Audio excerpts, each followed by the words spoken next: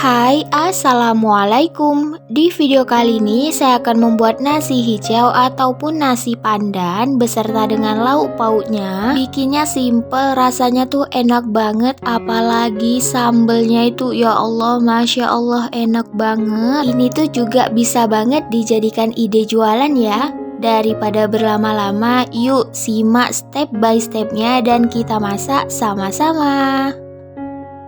Pertama-tama di sini saya sudah siapkan 750 gram beras yang sebelumnya sudah saya cuci bersih. Kemudian masukkan 600 ml santan dengan kekentalan sedang. Kemudian aduk merata terlebih dahulu. Jika sudah merata bisa dimasukkan 300 ml air pandan. Di sini saya hanya menggunakan perisa atau pewarna yang rasa pandan ya. Kalau misalnya teman-teman punya blender bisa dibikin dari daun pandan dan daun suji. Kemudian beri 1 sendok makan garam untuk menambah cita rasa dan aroma dari rempah-rempahnya. Di sini saya masukkan 6 lembar daun pandan, secukupnya daun salam, secukupnya daun jeruk, dan secukupnya serai. Semua rempah-rempah yang saya gunakan ini semuanya itu dari produk Edelweiss ya. Rempah-rempah Edelweiss ini diproses menggunakan mesin berteknologi tinggi untuk menjaga kandungan gizi dan keaslian produk. Terbuat dari rempah-rempah segar pilihan yang diolah tanpa bahan pengawet yang membuat cita rasa tidak berubah. Nah, mumpung produk-produknya Edelweiss ini lagi ada diskon, yuk kita order rame-rame, kita order sama-sama. Untuk cara order atau cara pemesanannya bisa melalui aplikasi Shopee Edelweiss Official Shop dengan kode voucher Edelikina. Untuk pembelian minimal 30.000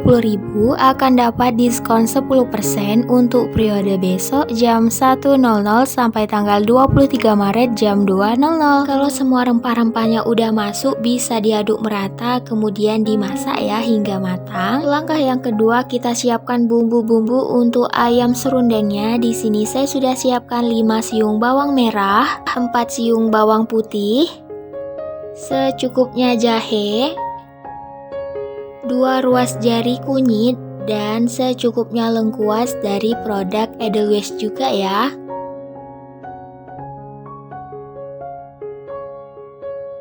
Kemudian semua bumbu ini bakal saya haluskan ya. Untuk cara penghalusannya itu sesuai selera ya, mau pakai blender atau chopper. Kalau bisa cara menghaluskannya itu lebih halus dari ini ya, supaya bumbunya itu lebih meresap. Lanjut kita pindah ke penggorengan. Kita masukkan 1 kg ayam, bebas mau bagian apa aja. Ini apinya itu belum hidup ya, masih mati. Kemudian bisa dimasukkan bumbu yang telah dihaluskan tadi. Lanjut di sini saya masukkan rempah-rempah dari Edelweiss seperti serai, daun jeruk, dan daun salam. Kalau semua rempah-rempahnya ini udah dimasukkan, langkah selanjutnya bisa dimasukkan bumbu lainnya seperti kaldu ayam, garam.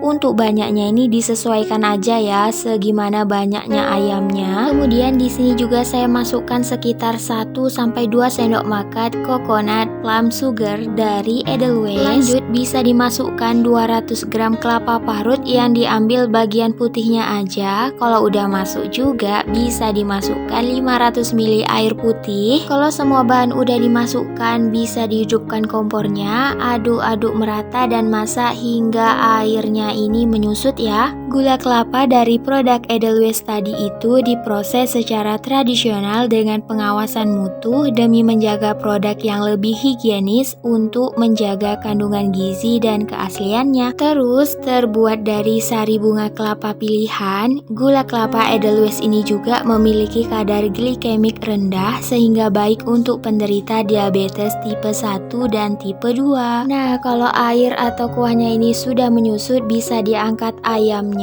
Untuk kelapa parutnya ini dimasak lagi hingga airnya itu benar-benar kering. Kalau misalnya udah kering bisa ditambahkan minyak goreng dan sangrai lagi hingga kecoklatan atau sesuai keinginan ya. Gorengnya jangan sampai kecoklatan seperti ini ya, nanti hasilnya bakal pahit. Kemudian untuk ayamnya ini kita panaskan secukupnya aja minyak goreng, kemudian digoreng ayamnya hingga matang kecoklatan. Goreng ayamnya ini hingga matang dan kecoklatan ya. Kalau misalnya ayamnya udah kecoklatan seperti ini nih, udah bisa diangkat lalu ditiriskan. Sambil menggoreng semua ayamnya, yuk kita siapkan bahan-bahan untuk membuat sambal yang super nikmat itu. Siapkan cabai kering dari produk Edelweiss juga. Di sini beratnya itu sekitar 15 gram. Kemudian cabai keringnya ini bakal saya potong-potong seperti ini. Kalau misalnya cabenya ini udah selesai dipotong-potong, langkah selanjutnya di sini saya panaskan secukupnya air putih. Rebus selama kurang lebih 3-4 menit atau sampai tekstur cabenya ini berubah. Kemudian siapkan ulekan atau blender, masukkan 4 siung bawang merah, 3 siung bawang putih, dan masukkan cabai yang telah kita rebus tadi. Semua bumbu-bumbu ini dihaluskan ya, saya skip ya supaya lebih cepat. Nah, hasilnya itu seperti ini, tapi lebih bagusnya lagi itu teksturnya lebih halus daripada ini. Kemudian sisihkan terlebih dahulu, lanjut kita siapkan 1 buah bawang bombay. Untuk bawang bombaynya ini iris, tipis tapi nggak terlalu tipis dan nggak terlalu tebal. Kalau misalnya semuanya udah selesai, langkah selanjutnya di sini saya panaskan secukupnya minyak goreng. Kalau misalnya minyaknya udah panas, bisa dimasukkan bumbu yang telah dihaluskan terlebih dahulu. Aduk merata dan tumis hingga bumbu ini benar-benar matang dan tanak. Kalau misalnya bumbunya ini udah matang dan tanak, bisa dimasukkan bawang bombay yang telah diiris-iris tadi. Aduk merata dan masak lagi hingga bawang bombaynya ini layu. Kalau bawang bombaynya udah layu seperti ini, bisa dimasukkan 100 ml air putih. Kemudian aduk merata terlebih dahulu supaya bawahnya ini tidak gosong. Kalau misalnya udah diaduk merata, bisa dimasukkan lagi secukupnya gula kelapa. Bisa digantikan dengan gula merah.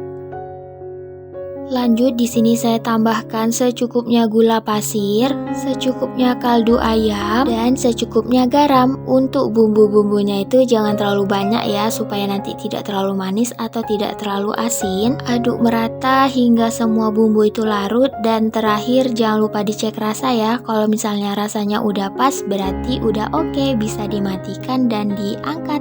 Nah, ini penampakan nasi hijau atau nasi pandannya. Ini super harum banget, Masya Allah. Kemudian nasi hijaunya itu saya masukkan ke dalam mangkuk kecil seperti ini. Lalu saya tata rapi di dalam piring ya. Tapi nasinya itu jangan lupa ditekan-tekan supaya nasinya itu lebih padat dan tidak mudah hancur. Lanjut bisa disusun rapi atau dimasukkan ayam goreng, serundeng kelapa, sambal bawang bombay, dan orek tempenya.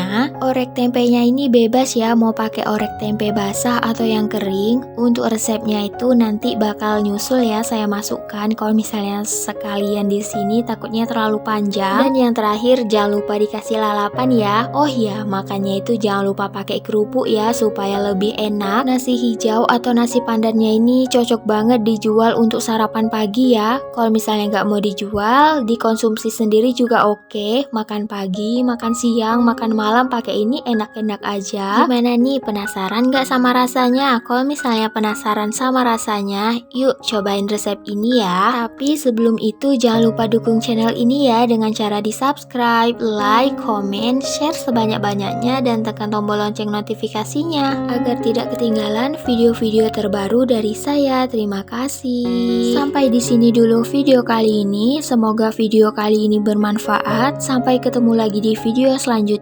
Bye bye, assalamualaikum.